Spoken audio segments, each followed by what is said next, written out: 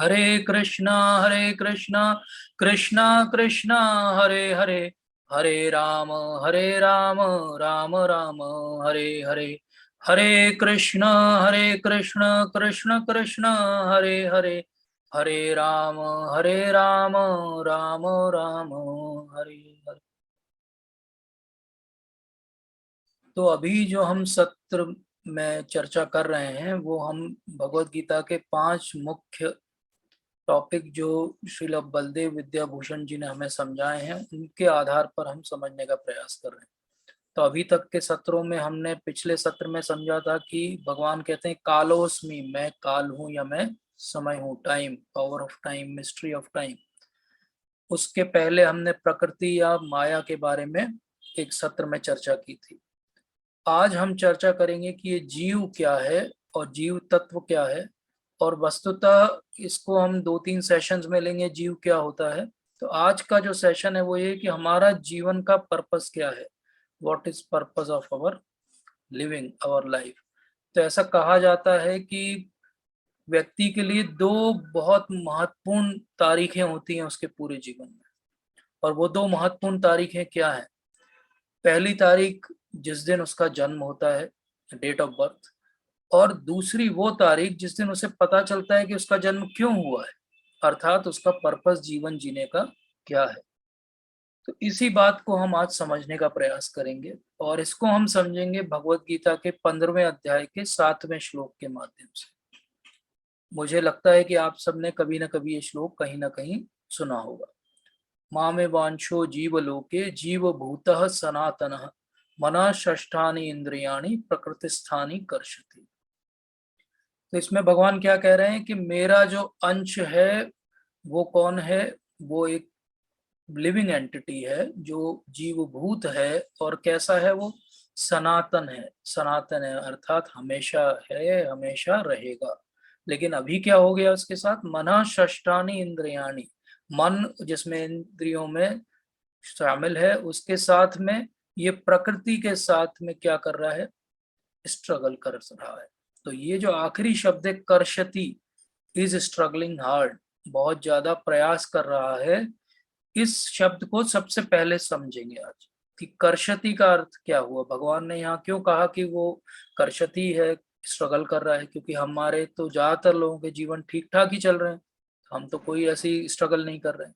तो ये स्ट्रगल क्या है और कौन कर रहा है और कैसे इस स्ट्रगल को रोका जा सकता है। तो आज की जो हमारी चर्चा होगी इसका मेन मुद्दा ये है कि ये स्ट्रगल क्या है और इस स्ट्रगल से कैसे हम बाहर निकल सकते हैं, और हमारा पर्पस एक्चुअली जीवन जीने का क्या होना चाहिए।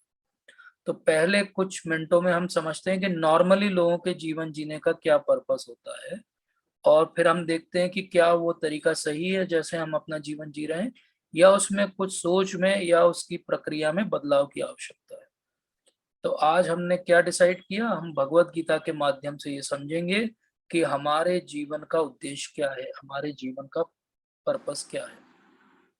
नॉर्मली जीवन क्या है, नॉर्मली जीवन को हम ऐसा मान सकते हैं जैसे मैथमेटिक्स में एक लाइन ड्रॉ करते हैं, तो पॉइंट बी से पॉइंट डी तक की एक लाइन है जीवन। पॉइंट बी क्या है, बर्थ है, और पॉइंट डी क्या है, डेथ है। अब इसके बीच में एक लंबाई है, इसको हम कहते हैं या जानते या समझते हैं जीवन के रूप में। अब ये पॉइंट बी से पॉइंट डी की लंबाई किसी की बहुत छोटी हो सकती है, किसी की बहुत लंबी हो सकती है, लेकिन लंबी से लंबी 100, 110, 120 साल हो सकती है, उससे ज्यादा नहीं हो सकती। तो कोई अगर किसी से पूछे नॉर्मली कि जीवन क्या है, तो आपको हो सकता है ऐसा उत्तर मिले कि जीवन कुछ नहीं है, जन्म और मृत्यु के बीच में जो कुछ आप करते हो वही जीवन है। और ज्यादातर सोच यहीं पे रुक जाती है कि जन्म और मृत्यु के बीच का जो समय है वो जीवन है। और जीवन कैसे जीना है, जीवन का पर्पस क्या होना चाहिए, अपने आसपास देखिए लोग कैसे जीवन जी रहे हैं, उसी प्रकार उनके अनुगत्य हो जाइए, उनकी कॉपी करने लीजिए, और वो कॉपी कैट बन के आप अपना जीवन को निर्वाह करिए, और फिर आखिरी में अपने आप को मार्क्स दीजिए आप सक्सेसफुल हुए कि नहीं हुए। तो अगर पड़ोसी से ज्यादा बेहतर कार आपके पास है और आप उससे ज्यादा संपन्न हैं तो आप लोगों की गिनती में सक्सेसफुल हो गए। तो ये बर्थ और डेथ के बीच का जो काल है इसको हम कहते हैं कि ये जीवन है। तो जर्नी ऑफ लाइफ क्या है, सिंपल है, एक स्पर्म से चालू होती है और एक फाइनली एक ग्रेव में खत्म हो जाती है। और उसके बीच में सब कुछ है, छोटा बालक है, थोड़ा बड़ा हुआ है, टीनेजर है, पढ़ाई है, काम है, शादी है, एंजॉयमेंट है, बच्चे हैं, आराम है, बुढ़ापा है, डिसेबिलिटीज हैं और मृत्यु है। तो ये क्या केवल बर्थ से डेथ की एक हमारी जो सीक्वेंस है जो हम अपने आसपास देखते हैं, क्या यही पर्पस है जीवन जीने का? कि अंत में जो है आप एक दिन लोग कहें कि अरे वो तो भगवान को प्यारे हो गए। लेकिन सच में क्या भगवान के प्यारे हुए कि केवल भगवान को प्यारे हो गए? इसको आज हम समझेंगे। तो जो समझदार व्यक्ति है वो ये प्रश्न जरूर पूछेगा कि ये पूरा एग्जिस्टेंस, ये पूरी दुनिया जो मैं अपने आसपास देखता हूँ, इसका क्या हेतु है, क्या पर्पस है, और इसमें मैं कहाँ फिट होता हूँ इस पूरे कॉम्प्लेक्स एनवायरनमेंट में। जैसे मान लीजिए आपको कोई बड़ी फैक्ट्री में नया नया जॉब मिल जाए और आप पहली बार उस फैक्ट्री के फ्लोर पर आओ, तो आप क्या करेंगे? सबसे पहले आप अपने सुपरवाइजर के पास जाएंगे और उससे विनती करके पूछेंगे कि मेरी पोस्टिंग कौन से स्टेशन पे है, मुझे क्या काम करना है, what work I have to do, मुझे क्या असाइन किया गया, क्यों ये करना जरूरी है। क्योंकि हो सकता है आप पहले दिन जॉब पर आए और आपको लगे कि क्या कुछ पूछने की जरूरत है, जो सामने दिख रहा है मैं वो काम करने लगता हूँ, या कुछ पूछने की क्या जरूरत है, मैं ऐसे ही घूमता रहूंगा और मैंने लॉगिन तो कर ही दिया है, जाते टाइम में फिर बायोमेट्रिक लगा दूंगा और मेरी सैलरी बन जाएगी। लेकिन ऐसा होगा क्या? आपका असेसमेंट किया जाएगा कि आपने क्या काम किया, और आपका अगर काम प्रॉपर नहीं होगा तो वो जॉब आपका डिसकंटिन्यू हो जाएगा। इसी प्रकार से ये जो शरीर हमें मिला है, इसका कोई ना कोई पर्पस होगा, कोई हेतु होगा, कोई कारण होगा। ज्यादातर लोगों से अगर हम पूछें कि पर्पस जीवन का क्या है, तो उनको ये तीन प्रश्नों के उत्तर जो है ढूंढने पड़ेंगे कि मैं कहाँ से आया हूँ, मैं क्यों यहाँ पर हूँ, और मैं एक्चुअली जा कहाँ रहा हूँ। जैसे इसका भी हम एक उदाहरण लेके समझते हैं कि आप में से किसी ने कभी ऐसा किया है कि स्टेशन गए और पहली जो ट्रेन दिखी आपको प्लेटफॉर्म नंबर 1 पे, उस पे चढ़ गए? हम में से किसी ने भी ऐसा नहीं किया। हम क्या करते हैं? हमेशा पहले से टिकट बुक करते हैं, हम वहां जाते हैं, चेक करते हैं हमारी ट्रेन कौन से प्लेटफॉर्म पे कितनी बजे आएगी, हम उस ट्रेन का वेट करते हैं, उस ट्रेन में बैठते हैं और जहां हमारा डेस्टिनेशन है वहां उतर जाते हैं। लेकिन हम जीवन के साथ क्या कर रहे हैं? हम जीवन को बस धक्के की तरह जिए जा रहे हैं। हम कभी पूछते ही नहीं कि हमारी जीवन की ट्रेन कौन से स्टेशन पर जाकर रुकने वाली है। हम ये कभी सोचते ही नहीं कि हमने जो ट्रेन पकड़ी है वो सही ट्रेन पकड़ ली है कि गलत डायरेक्शन की ट्रेन पकड़ ली है। तो इसलिए बहुत जरूरी है कि हम पर्पस जीवन का समझें। पर्पस जीवन का इसलिए भी समझना चाहिए कि ये जो फ्लैट लाइन है ईसीजी की, ये दिल है जो चल रहा है, और ये फ्लैट लाइन हो गई जो अब हार्ट ने रुक धड़कन बंद कर दी। ये फ्लैट लाइन हम सबको एक दिन जीवन में सामना करना पड़ेगा, लेकिन ये फ्लैट लाइन किसके जीवन में कब आएगी हम नहीं जानते। इसलिए बहुत महत्वपूर्ण है कि हम ये समझें कि ये फ्लैट लाइन आने के पहले हमारा पर्पस जीवन जीने का क्या था, नहीं तो हमारा टाइम आउट हो जाएगा, जो हमने पिछले सत्र में भी समझा था। तो ऐसा समझ लीजिए कि आप अगर धरती पे हों और आपको पता है कि आपकी धरती पे मृत्यु अवश्यम भावी है, तो क्या आप ऐसे बोलेंगे कि help, I am going to die on this planet, मुझे हेल्प करिए, मेरी यहाँ मृत्यु होने वाली है, और ये मृत्यु किसी की कभी भी होने वाली है, तो हमें हेल्प के लिए पुकारना चाहिए। बट नॉर्मली लोग इस तरह से अपने आप को कभी एनालाइज नहीं करते। नॉर्मली लोग क्या करते हैं? या तो वो अपना जीवन जी रहे हैं बेसिक सर्वाइवल के लिए।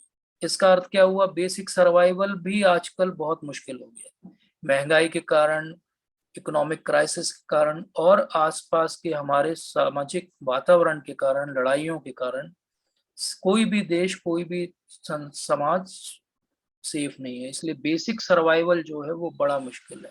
जैसे आपको ये जान के शायद हैरानी हो कि हर 10 सेकंड में एक बच्चे की इसलिए मृत्यु हो जाती है क्योंकि उसको पर्याप्त भोजन नहीं मिलता है।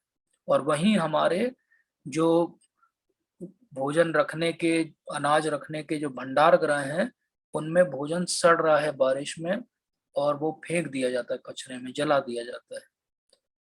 और 4 में से एक बच्चा अपनी पूरी हाइट प्राप्त नहीं कर पाता क्योंकि उसको पर्याप्त भोजन नहीं मिला है। और 9 लोगों में से एक व्यक्ति जो है रात को भूखा सोता है, अर्थात वो अगर सुबह खाना खा लेता है तो उसे ये पता नहीं रहता कि उसको शाम को खाना मिलेगा कि नहीं मिलेगा।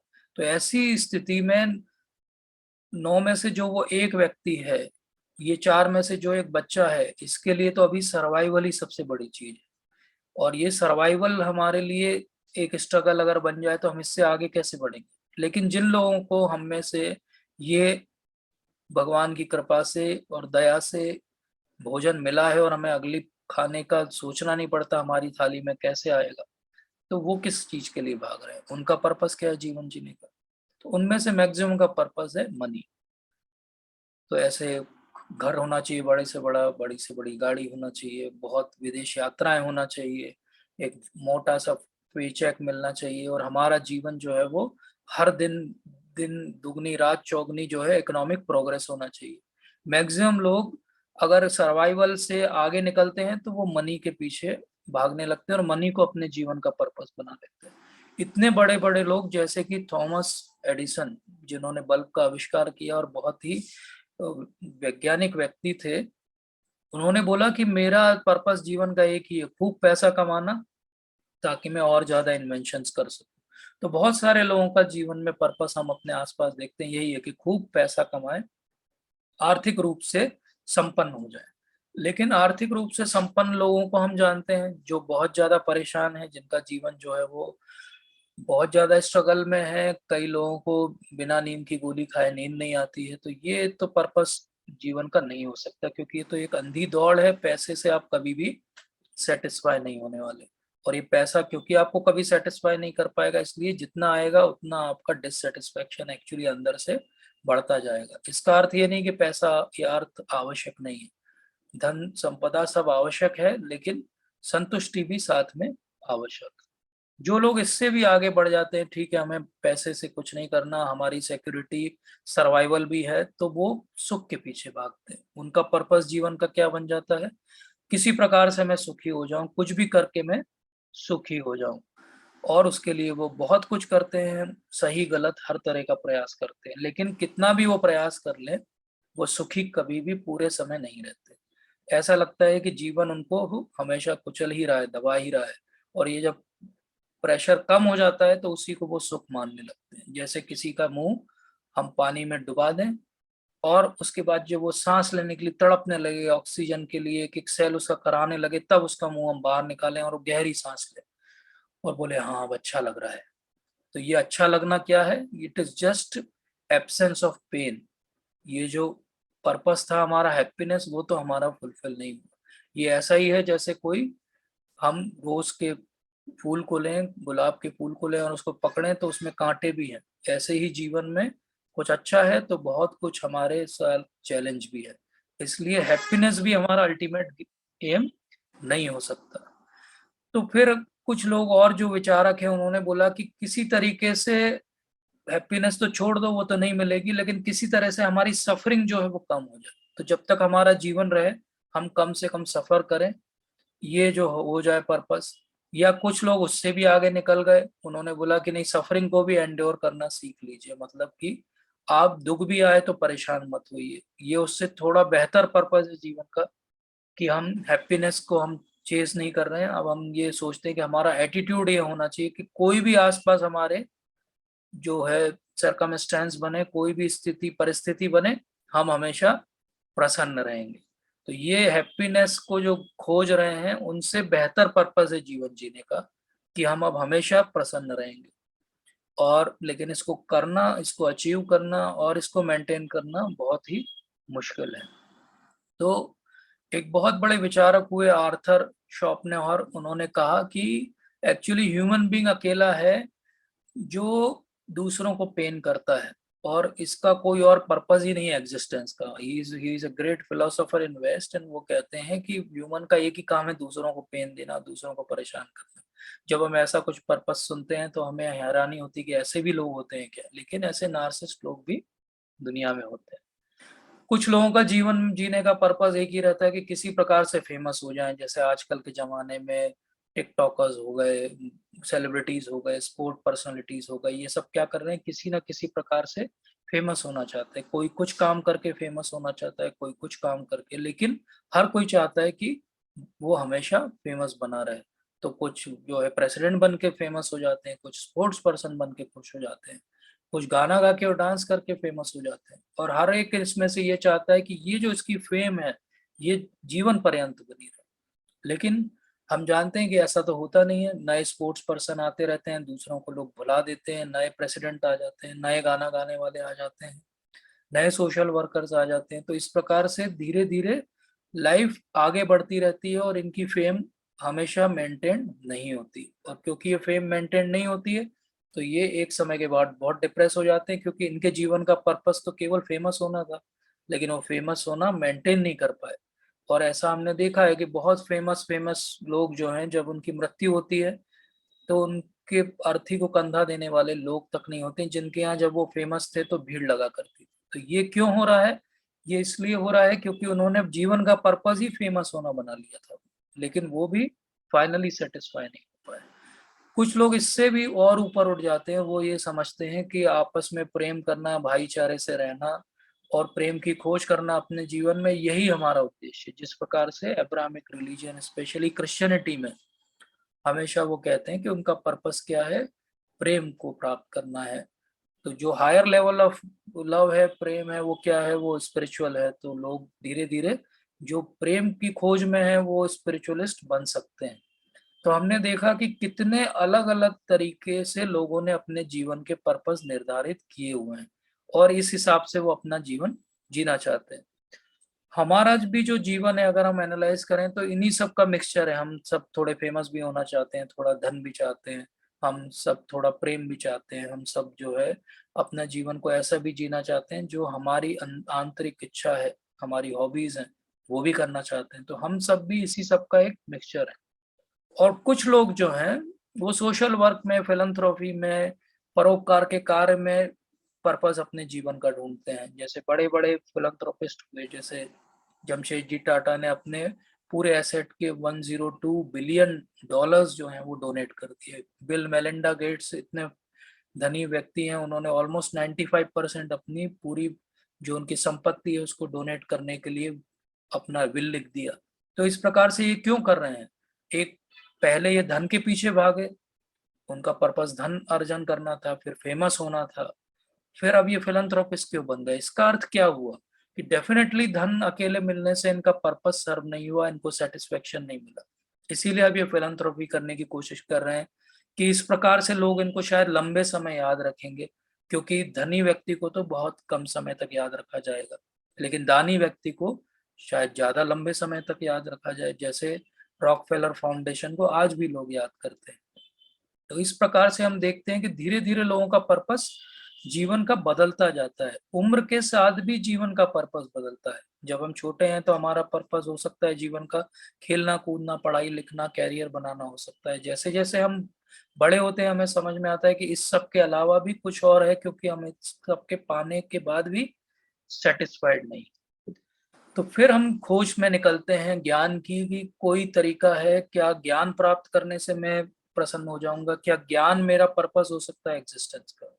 तो कुछ लोग नॉलेज की हंट करने लगते हैं, कुछ उसमें से साइंटिस्ट बन जाते हैं, कुछ फिलोसोफर्स बन जाते हैं, कुछ जो है वो धार्मिक ग्रंथों के माध्यम से ज्ञान प्राप्त करने का प्रयास करने लगते हैं। तो एक बहुत फेमस पॉलिटिशियन हुए डेविड कैमरून, उन्होंने कहा कि हमें ये मान लेना चाहिए कि जीवन में जो है वो पैसे से ज्यादा भी महत्वपूर्ण कोई चीज है। तो पैसे को हम कैसे कैलकुलेट करते हैं? जीडीपी के रूप में कैलकुलेट करते हैं, लेकिन वो ये कहते हैं कि एक और पैरामीटर हमें ज्यादा महत्वपूर्ण जीवन में रखना चाहिए, वो है GWB, अर्थात जनरल वेलबींग। तो हमारा पर्पस केवल पैसा नहीं होना चाहिए, हमारा पर्पस कुछ और भी होना चाहिए। और फिर सबसे फेमस माइंड इस सदी के, उन्होंने कहा कि एक्चुअली ये पूरी जो ऑर्गेनिक ह्यूमन लाइफ है, ये जो बायोलॉजी है, पूरी हमारी सिस्टम है, ये पूरा सिस्टम ये इस तरफ एक्चुअली पॉइंट आउट करता और इम्प्लाई करता है कि एक प्रश्न का अर्थ हमें, उत्तर हमें ढूंढना है, और वो प्रश्न ये है कि रिलीजन या धर्म क्या होता है। तो अल्बर्ट आइंस्टाइन का फाइनल कंक्लूजन ये था कि हमारे पूरे जीवन के एग्जिस्टेंस का पर्पस क्या हो सकता है? शायद रिलीजन की खोज करना हो सकता है। तो इस प्रकार से हमने देखा शुरुआत से एक नॉर्मल व्यक्ति जो स्ट्रगल कर रहा है अपने सर्वाइवल के लिए, और वहां से हम यहाँ तक आए कि सबसे बेस्ट ऑफ द माइंड, दुनिया के पॉलिटिशियंस, दुनिया के सबसे बड़े साइंटिस्ट क्या सोचते हैं पर्पस ऑफ लाइफ के बारे में। और इसी प्रकार से एक मैस्लो हुए, बहुत फेमस आज भी लोग उनकी थ्योरीज को पढ़ते हैं, और उन्होंने एक ऐसा पिरामिड बना के हमें समझाया कि एक्चुअली जीवन का पर्पस क्या है। तो जीवन का पर्पस क्या है? कुछ चीजें जो हैं वो डेफिशिएंसी या कमी अगर हो जाती है तो उसकी पूर्ति के लिए है। जैसे हमने अभी अपने पिछले अभी पूरे सत्र में जो बात की कि हमारी कुछ बेसिक रिक्वायरमेंट है हमारे शरीर की, खाने पीने की, हमारी सुरक्षा की, और हमें कोई प्रेम करे, और हमें कोई ना कोई कहे कि तुम अच्छे हो, तुम अचीवर हो, तुम अच्छा कर रहे हो, तुम विनर हो। तो ये हमारी बेसिक डेफिशिएंसी नीड्स हैं। और इसके बियॉन्ड जो आती हैं वो ग्रोथ की नीड्स हैं, जो हमारी ग्रोथ के लिए ज़रूरी है। जैसे हमारे लिए ज्ञान ज़रूरी है, कुछ लोगों के लिए सुंदर दिखना, सुंदर कपड़े पहनना, लोग उनकी उसके लिए प्रशंसा करें, ये ज़रूरी है। कुछ लोगों के लिए ये ज़रूरी है कि भीड़ में उनको अलग से पहचाना जाए, बोला जाए कि ये आदमी अच्छा है, या ये आदमी एक समाज के लिए कुछ अच्छा कार्य कर रहा है। तो ये बेसिक नीड्स हैं, हम सब इन्हीं नीड्स के बीच में कहीं पे फँसे हुए हैं, और यही हमारे पर्पस बन गए हैं जीवन के। तो बहुत सारे लोग सिंपल फिजियोलॉजिकल नीड्स में छुपे हुए हैं, पीछे हैं। कुछ लोग जो हैं वो उससे बेहतर हैं, तो वो अपनी सेफ्टी के बारे में, पैसे धन की प्राप्ति के बारे में सोच रहे हैं। कुछ उससे बेहतर हैं, तो वो अब कुछ ज्ञान प्राप्त करना चाहते हैं, सुंदर दिखना चाहते हैं। कुछ उनसे बेहतर हैं, तो वो चाहते हैं कि किसी एक फील्ड में उनका नाम हो। लेकिन ये सारे जो पर्पस हमने देखे, ये सारे पर्पस फाइनल जीवन के पर्पस नहीं हो सकते। और ये पिरामिड हमने देखा जो मैस्लो का, तो लगता है कि बहुत कोई नई चीज उन्होंने बनाई है, बट एक्चुअली ये मैस्लो का पिरामिड कुछ नहीं है। हमारे सनातन धर्म में सदियों से और कई युगों से जो भगवान ने हमें वेदों के रूप में ज्ञान दिया है, उसमें ये चीज पहले ही बताई है कि चार वस्तुतः पुरुषार्थ हैं: धर्म, अर्थ, काम और मोक्ष। और ये चारों पुरुषार्थ के पीछे ही व्यक्ति भागता है। तो पहले अर्थ की बारी आती है, अर्थ की पूर्ति हो जाती है तो काम की बारी आती है, काम की पूर्ति हो जाती है तो धर्म की बारी आती है, और धर्म की पूर्ति हो जाती है तो व्यक्ति मोक्ष के बारे में सोचने लगता है। तो नॉर्मली ये इनको कहा जाता है चार पुरुषार्थ। ज्यादातर लोगों के मोर और लेस ये चार पुरुषार्थ ही पर्पस ऑफ लाइफ होते हैं।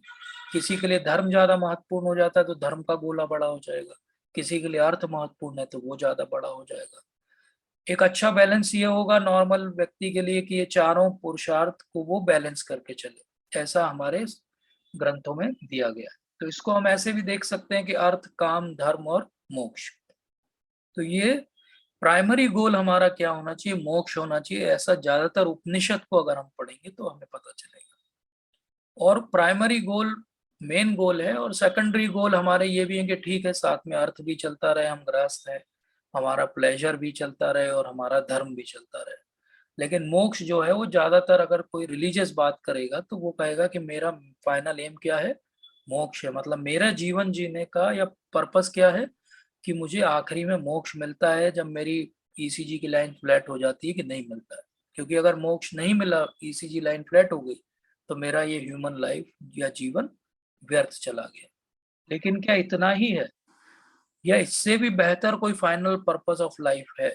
तो इसी को हम आज भगवत गीता से और विस्तार से समझेंगे। तो यहाँ तक के सेक्शन में हमने ये देखा कि क्या नॉर्मली लोग सोचते हैं पर्पस होना चाहिए जीवन का, और क्या पर्पस हमें नॉर्मली हम कर्म कांड के आधार पर जब शास्त्रों को पढ़ते हैं तो हमें क्या पर्पस दिखाई देता है, और वो पर्पस कैसे एक्चुअली दोनों को मैच करता है। तो जो मैस्लो का पिरामिड है वो वही है जो धर्म, अर्थ, काम, मोक्ष का कॉन्सेप्ट है हिंदुइज्म में हजारों सालों से।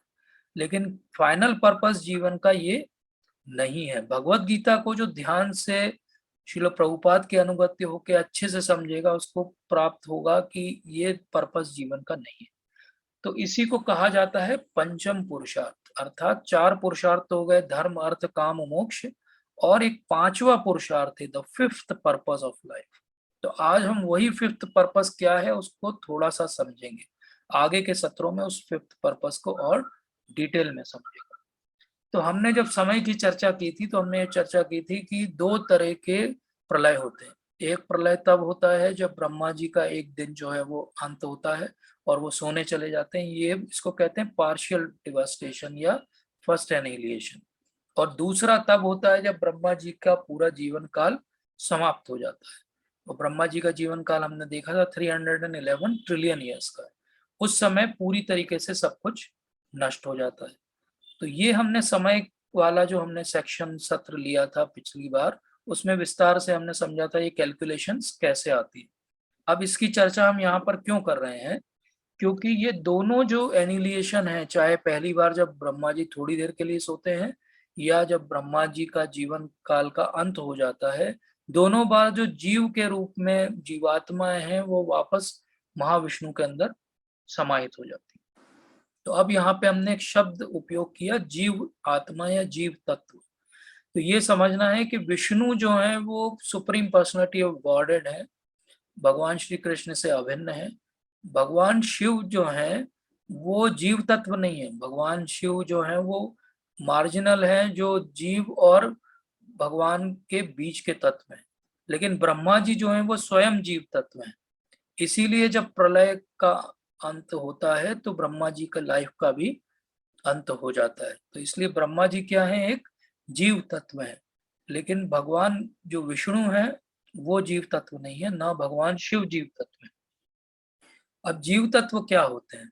जीव तत्व जो है वो भगवान की तरह ही स्फुल्लिंग है चेतना के, लेकिन जीव तत्वों को उतना पावर नहीं दिया गया है कि वो भगवान की तरह पावरफुल हो। इसलिए वो कैसे हैं, जैसे एक समुद्र होता है और एक समुद्र के खारे पानी की एक बूंद होती है।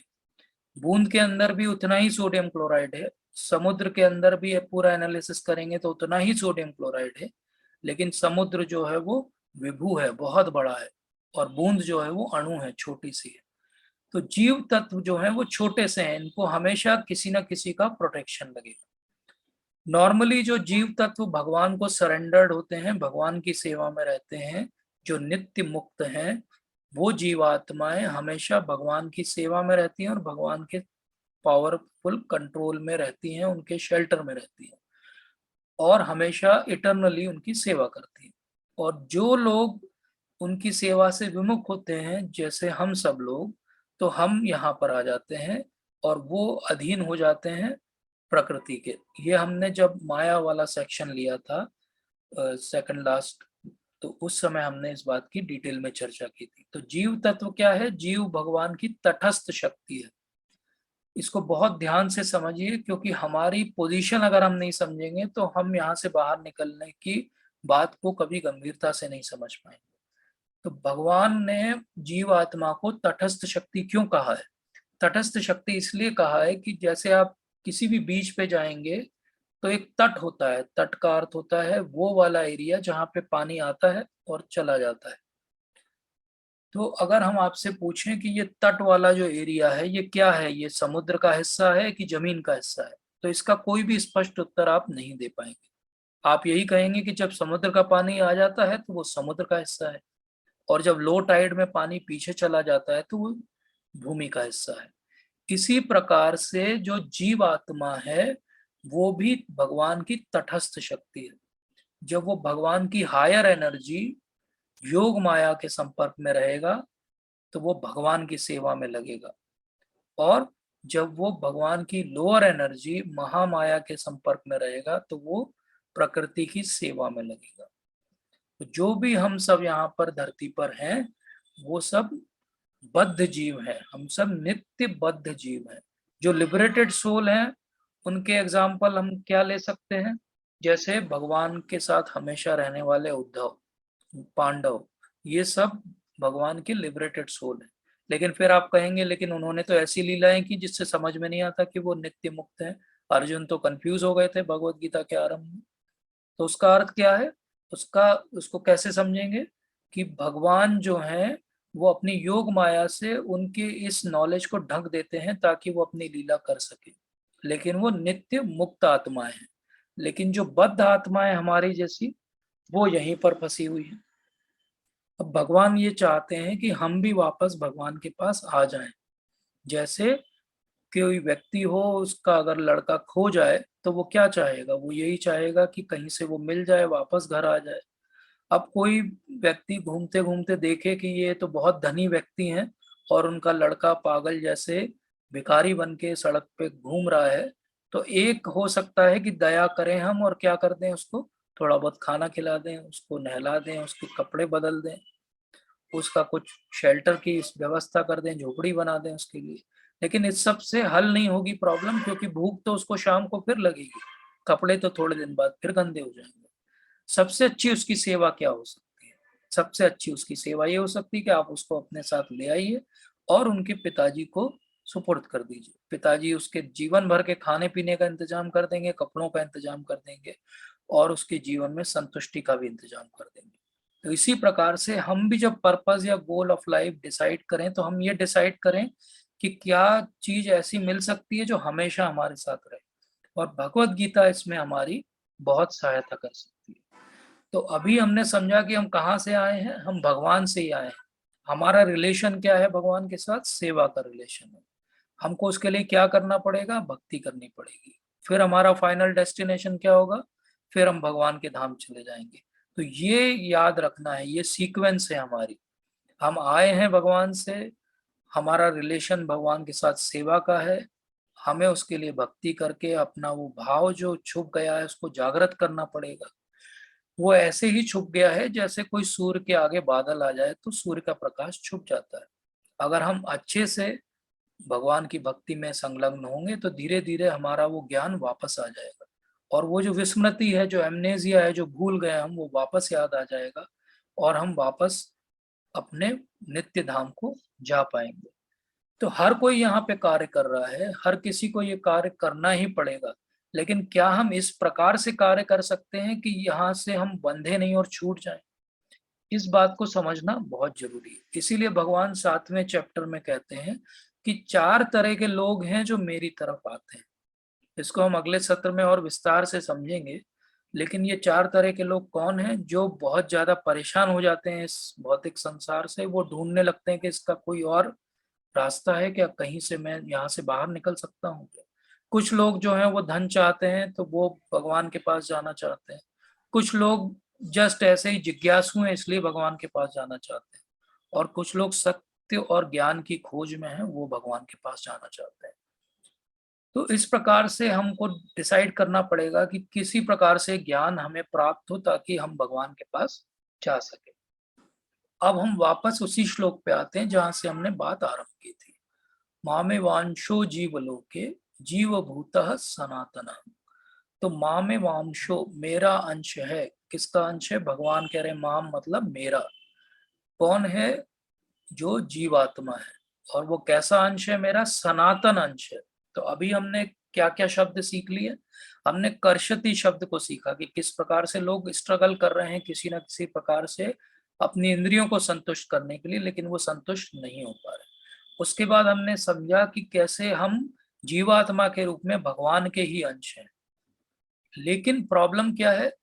हम इस कंडीशन लाइफ में जीव लोक में आ गए हैं भगवान के लोक को छोड़ के। तो हम भगवान के अंश हैं लेकिन जीव लोक में आ गए हैं। अब प्रॉब्लम क्या है? जीव लोक में आके हम जीव भूतः बन गए हैं। जीव भूत का अर्थ क्या होता है? हम कंडीशनड एंटिटी बन गए, अर्थात हम माया के अधीन आ गए, 3 गुणों के अधीन आ गए। पर हैं हम सनातन। सनातन का अर्थ क्या होता है? इटर्नल है। ये शब्द भी समझना बहुत जरूरी है, क्योंकि अब हम जब भक्ति में आगे बढ़ना चाहते हैं तो हमें एक ऐसा भी एंगल मिलेगा जिसमें बताया जाएगा कि आप तो स्वयं भगवान हो, आप तो स्वयं ब्रह्म हो। इसको कहा जाता है मायावाद फिलोसफी। और वो क्या कहेंगे कि आप भगवान में मर्ज हो सकते हो, आप उन्हीं का हिस्सा हो जो अलग हो गए हो, और फिर से आप उसमें मर्ज हो सकते हो।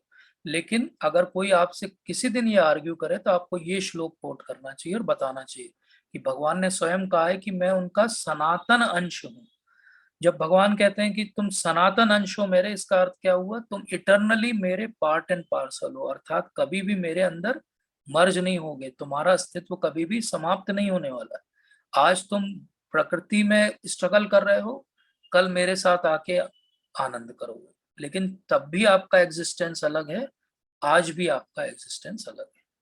फिर हमने ये भी देखा कि किस प्रकार से इंद्रियों को, जिसमें मन भी शामिल है, प्रकृति में लगा के लोग जो है वो स्ट्रगल कर रहे हैं, किसी प्रकार से कुछ प्लेजर ढूंढने का प्रयास कर रहे हैं। तो उसके लिए पहले बहुत पैसा कमाते हैं, उसके लिए स्ट्रगल करते हैं, फिर फेमस होने के लिए स्ट्रगल करते हैं, फिर उस पैसे को बांट के और फिलैंथ्रोपी करके अस्पताल और स्कूल खोल के और दवाइयों को बँटवा के वो फेमस होना चाहते हैं। तो फेमस होना हमेशा लोग उन्हें याद करें, यही ज़्यादातर लोगों का पर्पस हो जाता है।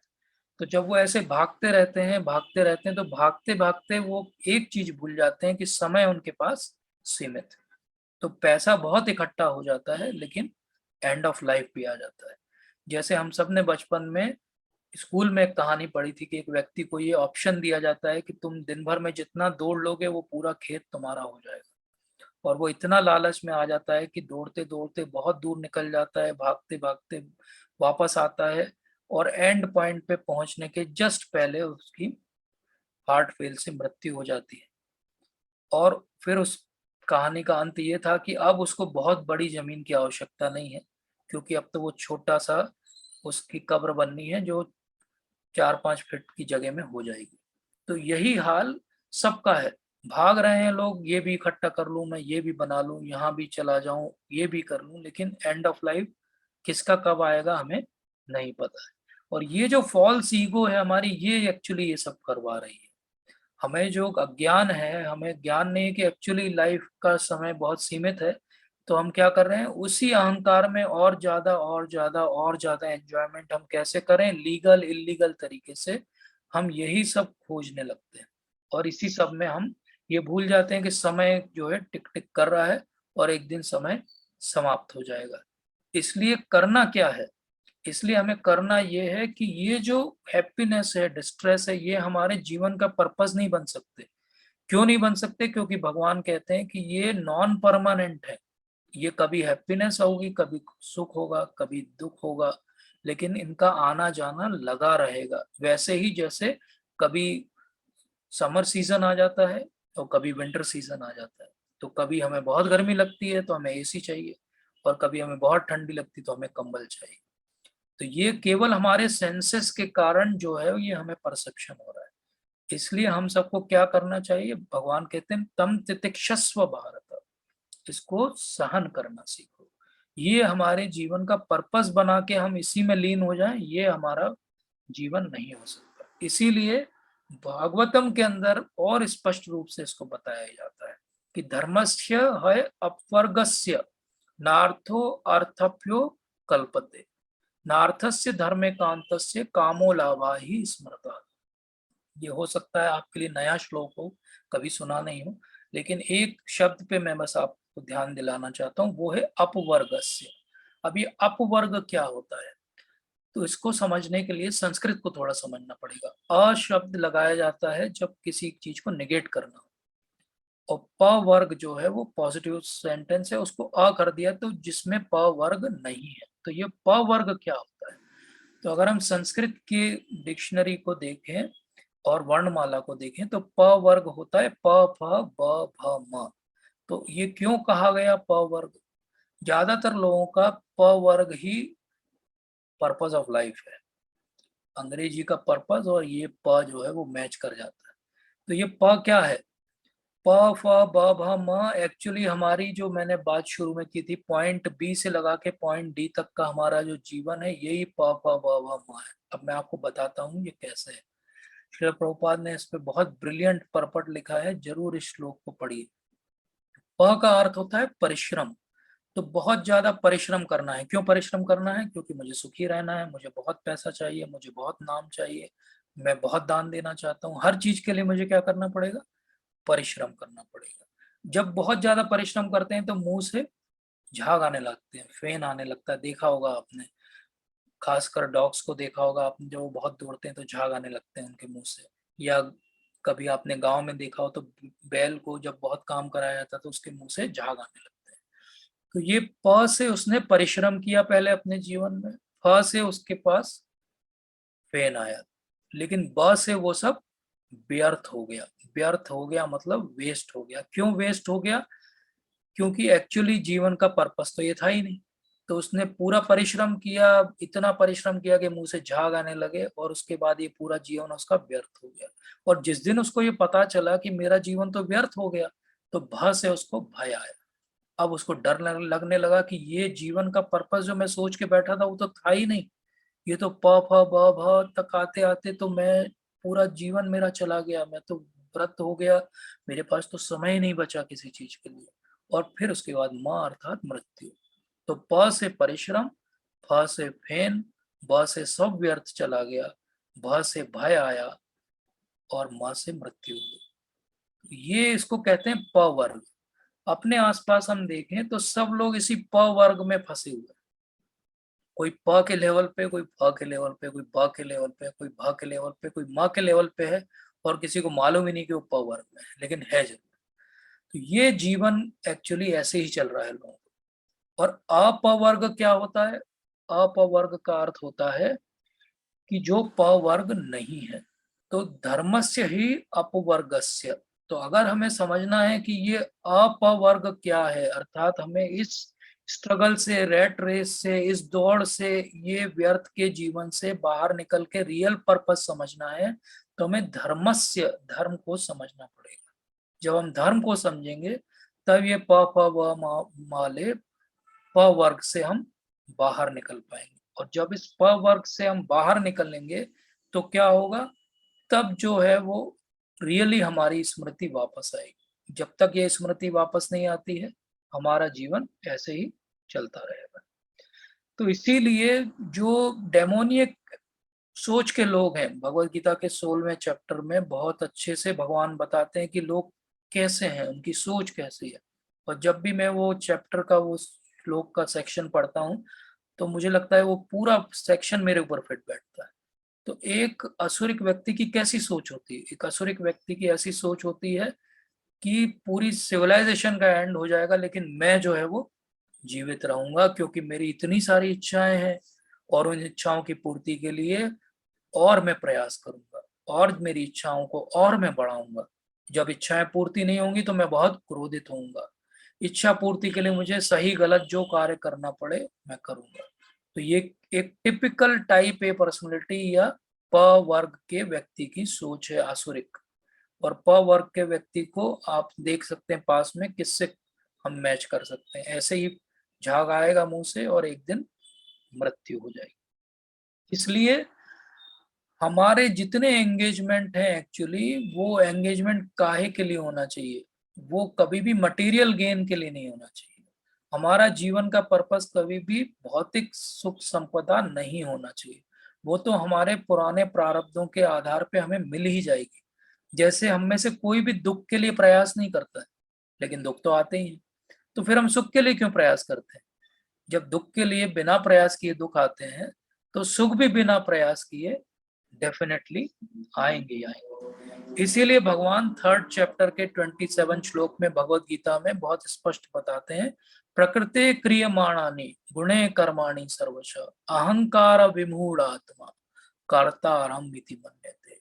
तो प्रॉब्लम क्या है? प्रकृति जो है वो हमें चला रही है, हम नहीं चल रहे हैं। हम इस चार, ये जो पूरे 3 गुणों की प्रकृति है और हमारा मन है, ये हमें बांध के रखे हुए है। और हमारी फॉल्स ईगो इसका सबसे ग्रेटेस्ट एंकर है। और ये गुण और कर्मों के हिसाब से हम अपना जीवन जी रहे हैं। लेकिन हमारे अंदर अहंकार कितना है, फॉल्स ईगो कितना है, कि हम विमूढ़ आत्मा है। विमूढ़ आत्मा का अर्थ होता है, मूढ़ मतलब नॉर्मल फूल, मतलब संस्कृत में मूढ़ को कहा जाएगा कि नॉर्मल मूर्ख व्यक्ति है। विमूढ़ मतलब विशेषण लगा दिया उस पे। मूढ़ों में भी जो महान मूढ़ है, सबसे बड़ा मूढ़ है, वो कौन है? जो ये सोचता है कि मैं काम कर रहा हूँ, कर्ता हम इति मन्यते। तो जो ये सोचता है ये मैंने बनाया है, ये बिल्डिंग मैंने बनाई है, ये बैंक बैलेंस मैंने बनाया है, ये परिवार मैंने बनाया है, वो क्या है? भगवान की दृष्टि में वो विमूढ़ आत्मा है। मतलब कि वो मूर्खों में भी शिरोमणि है, सबसे बड़ा मूर्ख शिरोमणि है। जो ये कहता है या सोचता है, अगर कहता नहीं तो मन में सोचता है कि कर्ता हम इति मन्यते, ये संसार मेरे कारण चल रहा है, मैं सेंटर ऑफ यूनिवर्स हूँ। जिसके भी मन में ये सोच है एक्चुअली वो विमूढ़ आत्मा है। तो यही बात हमें समझनी है कि कर्ता हम इति मन्यते, ये बोलने से हम मूर्ख साबित होते हैं भगवान की नजर में। भगवान की नजर में समझदार कौन है? जो कहेगा कि कृष्ण मैं आपकी शरण में आना चाहता हूँ। तो ऐसा बिविल्डर्ड स्पिरिट सोल क्या करेगा? यहीं पे घूमता रहेगा विमूढ़ आत्मा के रूप में। और उसको कभी कभी ये भी लगेगा, जैसे छोटे बच्चे को लगता है जब वो कार में बैठ जाता है तो उसको लगता है कि ये तो मेरी कार है या मैं ही चला रहा हूँ। या उससे वो अच्छा एक उदाहरण ले सकते हैं कि जैसे कार के नीचे कोई कुत्ता बैठा रहता है तो उसको लगता है ये कार मेरी है और मैं ही चलाऊंगा इसको। तो इसी प्रकार से हमारी भी स्थिति है। हम इस संसार को देखते हैं, हम एक्चुअली बंधे हुए हैं, ये जंजीरें हमें दिखती नहीं है तीन गुणों की, और जो कुछ हो रहा है हमको लगता है कि ये तो मैं ही कर रहा हूँ या मेरे ही कारण हो रहा है। एक्चुअली हमें क्या करना है, ये तीन गुणों की जंजीरों को तोड़ना पड़ेगा। जब तक इन जंजीरों को नहीं तोड़ेंगे हमारा कोई भी पर्पस सर्व नहीं होने वाला जीवन का। इसलिए एक्चुअल हमारा पर्पस ऑफ लाइफ क्या होना चाहिए, हमारा पर्पस ऑफ लाइफ यही होना चाहिए कि इन तीन गुणों की जंजीरों से कैसे मैं बाहर निकलूं, मैं कैसे भगवान की नजर में एक अच्छा भक्त बनूं, कैसे मैं ये करूं कि मुझे भगवान विमूढ़ आत्मा की संज्ञा ना दें। और इसके लिए क्या करना पड़ेगा, इसके लिए हमें भगवान का जो शुद्ध नाम है वो लेना पड़ेगा। तो जब हम भगवान का शुद्ध नाम जो भगवान से अभिन्न है जब हम उसको लेना चालू करते हैं तो हमारी जो चेतना के अंदर इतना ज्यादा, इतने सारे जन्मों का सब अज्ञान जमा है वो धीरे धीरे क्लियर होता है। और जब अज्ञान क्लियर होगा तो हमें अपना पर्पस जीवन का समझ में आएगा। अभी हमने उसको थियोरेटिकली समझा है, फिर हम उसको प्रैक्टिकली अनुभव कर पाएंगे कि सच में मेरे जीवन का पर्पस तो ये था और मैं अपना जीवन पूरा किस चीज में लगा के नष्ट कर रहा हूँ। इसीलिए जो मूर्ख व्यक्ति है वो ये नहीं जानता है कि उसका भौतिक शरीर, सूक्ष्म शरीर और ये पूरा संसार जो भौतिक सुख वो भोग रहा है ये सब भी तो भगवान के दिए हुए हैं। तो क्यों ना हम पहली स्टेप यही करें आज से कि हम भगवान को थैंक यू बोलना चालू करें। ठीक है, अभी हम संसार में हैं, संसार को एंजॉय करने की हमारी थोड़ी इच्छा वांछा अभी भी बची है, कोई बात नहीं, लेकिन हम एटलीस्ट थैंकफुल तो हो जाएं भगवान के लिए। क्योंकि ये हम समझ लें कि ये ह्यूमन फॉर्म ऑफ लाइफ बहुत रेयर भी है और बहुत वैल्यूएबल भी है, जैसे श्रील प्रभुपाद ने भागवतम में बताया। तो हम इस जीवन का क्या सदुपयोग कर सकते हैं, सबसे अच्छा सदुपयोग ये कर सकते हैं कि किसी प्रकार से भगवान की सेवा में लग जाएं। तो बाहरी तौर पे देखने में क्या लगेगा कि एक व्यक्ति जो भगवान का शरणागत है और एक व्यक्ति जो भगवान का शरणागत नहीं है, ऊपरी तौर पे देखने में दोनों का काम करने का ढंग एक सा दिखेगा, लेकिन दोनों के रिजल्ट टोटली डिफरेंट होंगे। जैसे दो व्यक्तियों को आप देखो गोली चलाते हुए, लेकिन उसमें से एक व्यक्ति को जो है वो अशोक चक्र मिलेगा क्योंकि वो सैनिक था और वो गवर्नमेंट को रिप्रेजेंट करके बॉर्डर पे वैलिड रीजन से गोली चला के दुश्मनों पे हमला कर रहा था। और एक दूसरा व्यक्ति था जो सिविलियन था और वो किसी को डराने के लिए रंजिश के कारण गोली चला रहा था। उसको फांसी हो जाएगी दूसरे वाले को और पहले वाले को पुरस्कार मिलेगा। इसी प्रकार से ये जो हमारा पूरा संसार है इसमें भी कार्य हमें करना ही पड़ेगा, लेकिन ये कार्य किस सोच से करना है उससे निर्धारित होगा कि हमारा आगे क्या होगा। इसीलिए जो भगवान का भक्त होगा वो इस श्लोक को हमेशा याद रखेगा कि भगवान से बड़ा कोई भी सत्य नहीं है, सब कुछ भगवान के ऊपर निहित है। लेकिन भगवान वैसे ही दिखाई नहीं देते जैसे कि मोतियों के अंदर अगर धागा हो तो वो स्पष्ट रूप से हमें दूर से दिखाई नहीं देता। इसी प्रकार से भगवान को कौन जान सकता है, जिसको भगवान ज्ञान दे। इसलिए भगवान अंत में 18 चैप्टर में आके इस बात का रहस्य उद्घाटन करते हैं कि ईश्वर सर्वभूतानां हृदयेषु अर्जुन तिष्ठति भ्रमयर सर्वभूतानि यंत्रारूढ़ि माया। तो ये पूरी ये जो माया का यंत्र है और इसके ऊपर एक जीव बैठा हुआ है और ये घूम रहा है सब जगह, इसको एक्चुअली घुमा कौन रहा है, तो भगवान ही घुमा रहे हैं। ईश्वर सर्वभूतानां हृदयेषु अर्जुन तिष्ठति, ये जो भी घूम रहे हैं इनको घुमा भी भगवान ही रहे हैं क्योंकि ये भगवान से विमुख है और ये भगवान के सम्मुख हो जाएंगे तो इनको वापस भी भगवान ही ले जाएंगे।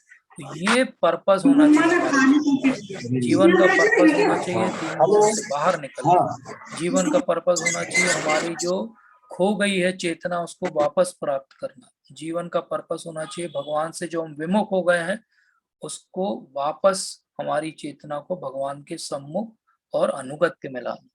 तो इसके लिए क्या करना पड़ेगा, इसके लिए हमें बेसिक बात समझनी पड़ेगी कि हम भगवान के सनातन अंश हैं और हमारा कार्य एक ही है, भगवान की सेवा में स्वयं को नियुक्त करना।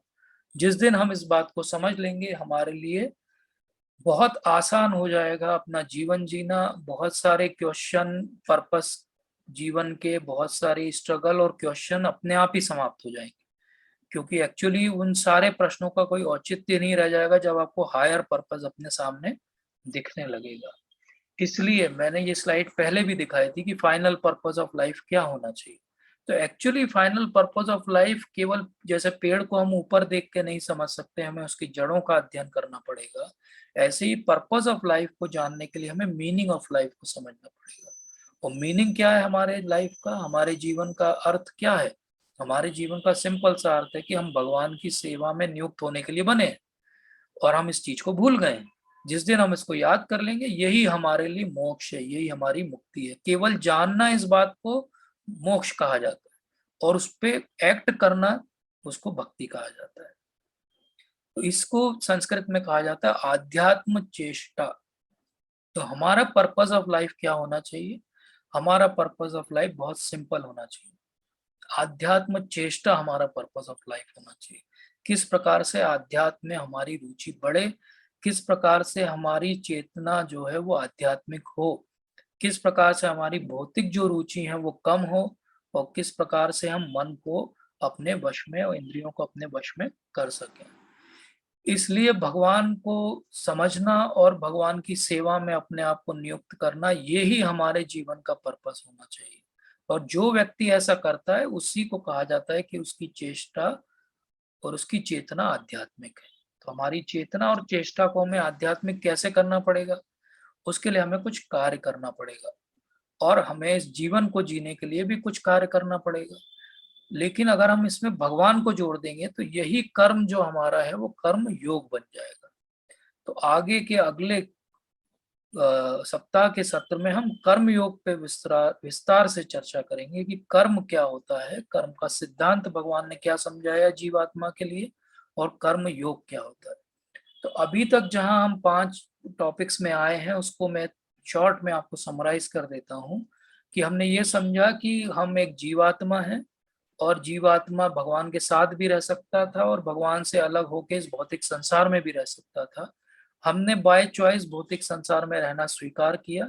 जैसे ही हमने डिसाइड किया हम भौतिक संसार में रहेंगे, हमारे ऊपर 2 चीजें लागू हो गई। एक, जो माया है उसका प्रभाव आ गया, और दूसरा समय का या काल का प्रभाव आ गया। अब जब हम इस माया के प्रभाव में आए और समय के प्रभाव में आए तो हमने कुछ कार्य करना आरंभ किया यहाँ पर, और ये जो कार्य हमने आरंभ किया इसी को कहा जाता है कर्म। तो ये कर्म का सेक्शन हम क्यों अब ले रहे हैं? क्योंकि अब हम समझ गए कि समय क्या होता है, अब हम समझ गए कि माया या ये जो प्रकृति है ये क्या होती है, आज हम समझ गए कि जीवात्मा क्या होती है। अब जब जीवात्मा इस माया के अधीन रह के, 3 गुणों के अधीन रह के, समय के अधीन रह के जो कुछ भी करेगा वो सब कर्म है। तो कैसे हम कर्म करते हैं, कैसे, कितने प्रकार के कर्म होते हैं, और कैसे हम इन कर्मों से छूट सकते हैं, इसको हम अगले सत्र में समझेंगे। तो आप सभी का बहुत बहुत धन्यवाद। तो ये 5 टॉपिक हम चाहते हैं कि हम सब इसको बहुत स्पष्ट रूप से समझें, ताकि जब हम श्रील प्रभुपाद के तात्पर्यों को पढ़ें तो हमें ये कोरिलेशन समझ में आए। और ये कोरिलेशन जिसने समझ लिया उसने भगवत गीता को बहुत अच्छे से समझ लिया, वो सारे टॉपिक्स के बीच के कनेक्शंस को समझ गया। वो जीवन में कोई भी निर्णय लेने के लिए भगवत गीता के आधार पे सक्षम हो जाएगा। तो यही हमारा एक प्रयास है कि श्रील प्रभुपाद के आधार पे हम इसको समझें और अपने जीवन को हम पराकाष्ठा तक ले जाएं। यही हमारे जीवन का पर्पस होना चाहिए। तो आप सभी का बहुत बहुत धन्यवाद। कोई त्रुटि सुधार हो, कोई शंका प्रश्न हो तो ले सकते हैं। Thank you so much.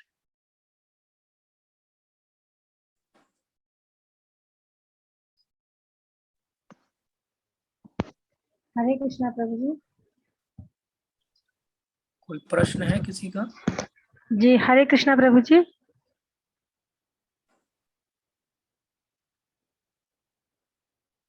प्रभु जी आवाज नहीं आ रही।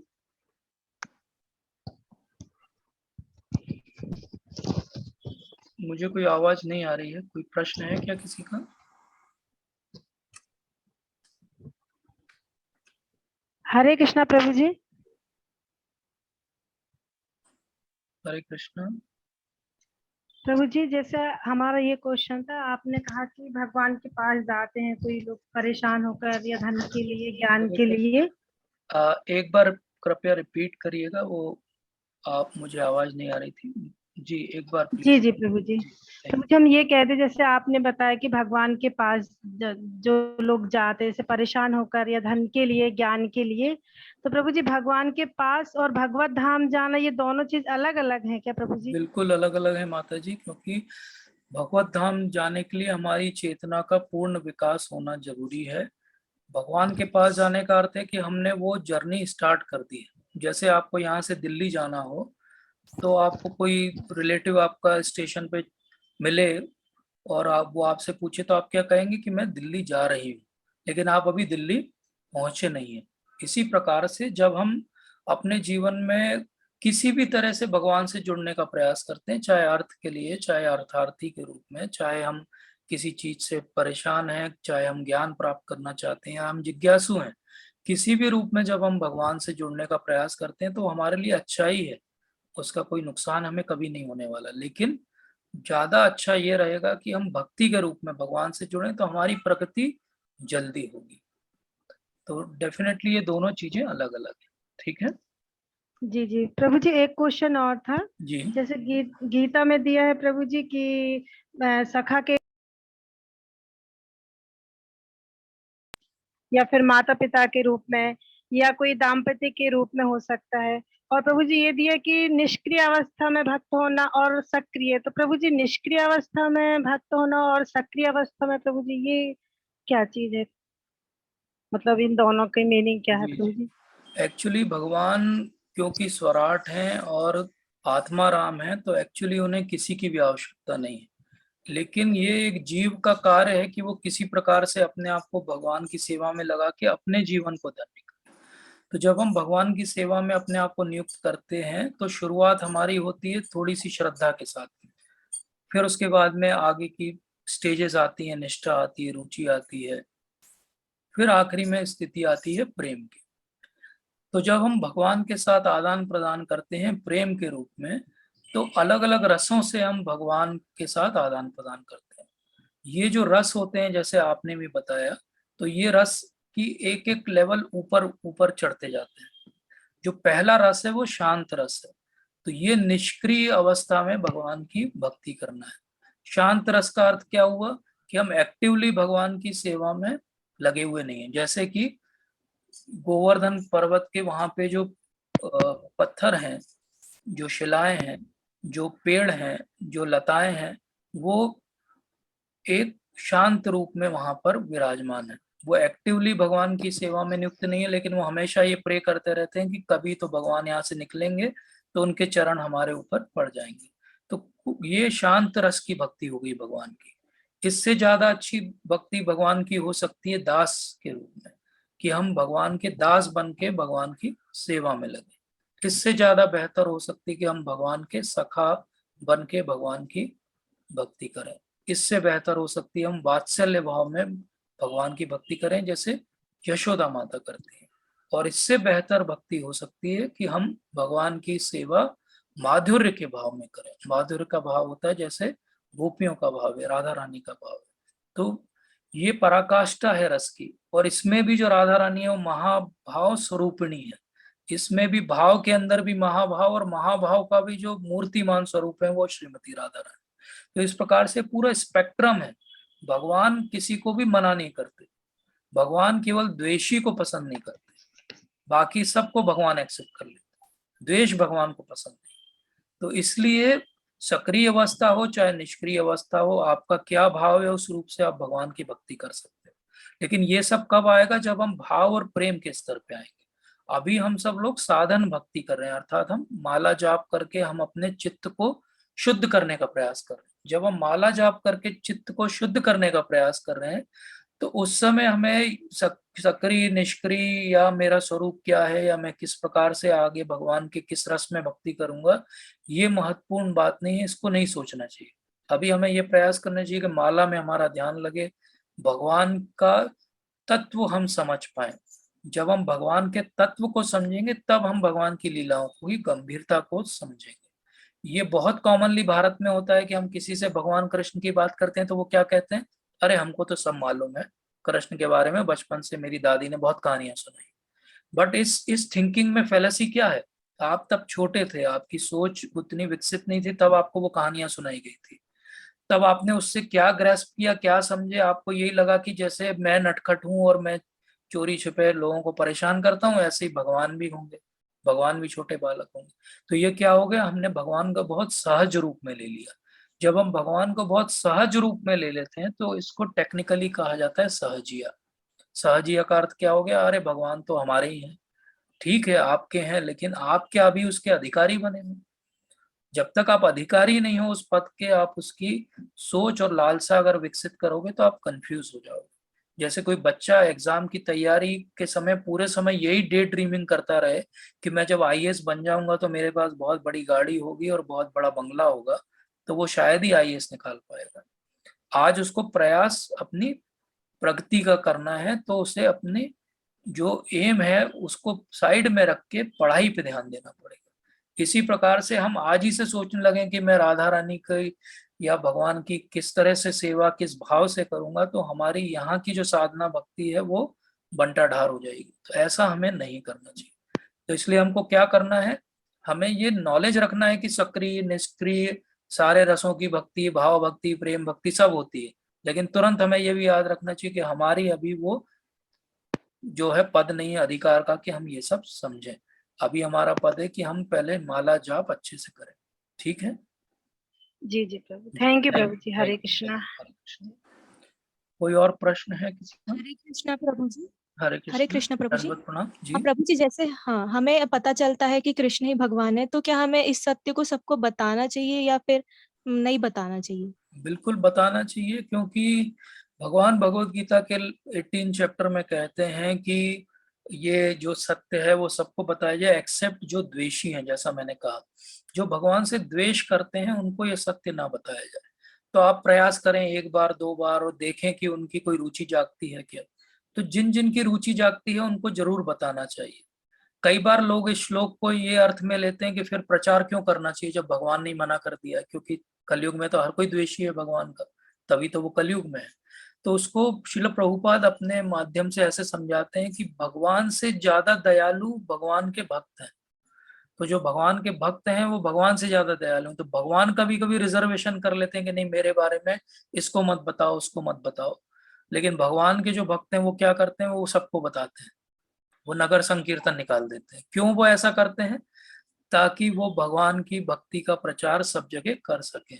तो इस प्रकार से हमें उसको सबको बताने का प्रयास करना चाहिए, और जो उसमें से अधिकारी होगा भगवान के ज्ञान को प्राप्त करने का वो उसको ग्रहण करेगा और आगे बढ़ेगा। जो द्वेषी होगा उसको भगवान खुद ही रिजेक्ट कर देंगे। और इसको हमेशा ऐसे भी याद रखना चाहिए कि हमें भी किसी ने कभी बताया था, इसीलिए हम इस मार्ग में आ पाए। तो जैसे हम एक अच्छी मूवी देख के आते हैं, कोई अच्छी रेस्टोरेंट में खाना खा के आते हैं, तो हम सबको बताते हैं कि जरूर वहां जाएं, तो उस रेस्टोरेंट में जाएं, जरूर ये वाली मूवी उतरने के पहले देख लें क्योंकि बहुत अच्छी है। तो जब हमें जीवन का पर्पस समझ में आ गया आज और भगवान श्री कृष्ण समझ में आ गए, तो क्यों ना हम इसको सबको बताएं। इवन अब मैं बहुत लेंदी नहीं करना चाहता, लेकिन एक शॉर्ट में आपको बताता हूँ कि जो श्री संप्रदाय के जो मेन फाउंडर हैं, उनके जो गुरु थे, उन्होंने उनको मंत्र दिया और बोला कि ये मंत्र सबको तार देगा, लेकिन ये तुम्हारे कान में मैं बोल रहा हूँ, ये किसी को नहीं बताना। तो उन्होंने पता है क्या किया, वो जो उस मंदिर का सबसे ऊंचा परकोटा था, जल्दी से भाग के गए, उस पे चढ़ गए और जोर जोर से चिल्ला के सबको वो मंत्र बता दिया। तो उनके गुरु कुपित हो गए, उन्होंने बुलाया, बोले ये क्या किया तुमने, सबके सामने जो है वो खोल दिया राज, ये तो बहुत ही रेयर चीज थी, ये मैंने केवल तुम्हें बताई थी ताकि तुम्हारा लिबरेशन हो जाए।